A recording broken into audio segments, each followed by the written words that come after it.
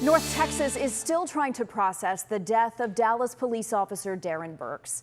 Take a look at the tributes piling up at South Central Patrol. Burks was sitting in his squad car when police say a man shot and killed him late Thursday.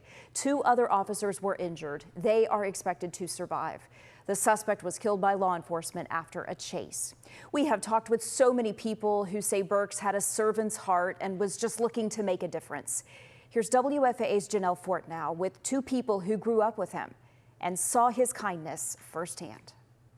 Rachel McGowan and Ken Johnson remember when they first met fallen Dallas police officer Darron Burks decades ago as kids at New Mount Zion Baptist Church. He was just a very warm-hearted spirit guy who, again, would give you a big hug, embrace you when he saw you. They all went to junior high, then high school together at Lake Highlands.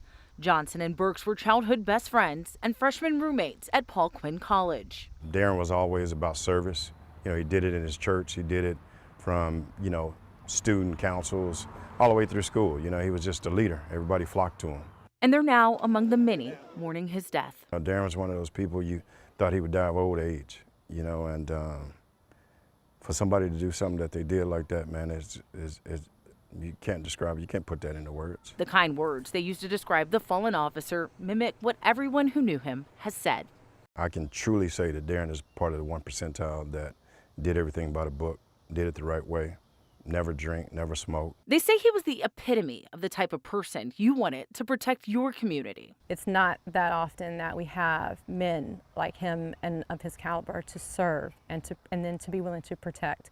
How do we protect young men that are willing to put their lives on the line like Darron was? Through their grief, they're focusing on the legacy Burks leaves behind, from teaching to coaching to being a cop. Look at all the people that came out to support him.